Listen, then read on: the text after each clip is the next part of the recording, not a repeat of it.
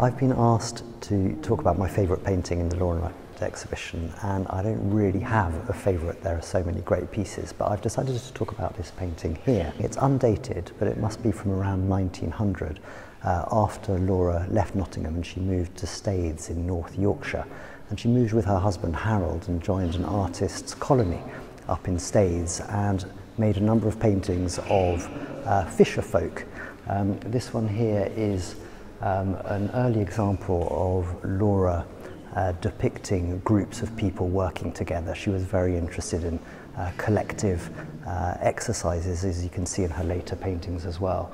But what I really like about this is the contrast of the very sombre figures, the actual fishermen who are preparing their bait before they go out to sea. And she went, we know, around this time to the Netherlands a few times.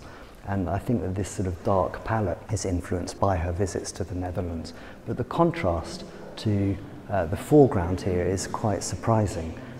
She's really experimenting with different styles in this painting, and you can see how she's been using a kind of pointiest style here. We know that she was reading about the French post-impressionist Georges Seurat, and she's actually put into practice some of his techniques. I think it's really surprising, the contrast between the sombre figures and this beautiful, colourful experimentation here. Laura wrote in her autobiography how dangerous fishing was, and how often fishermen wouldn't return from sea once they'd been out for the day fishing. She also talks about how the women would mourn men on a quite regular basis when they didn't come back from this dangerous activity. So there's the anticipation and the foreboding, a sense of that I think you can get in the dark palette of the figures here in the foreground.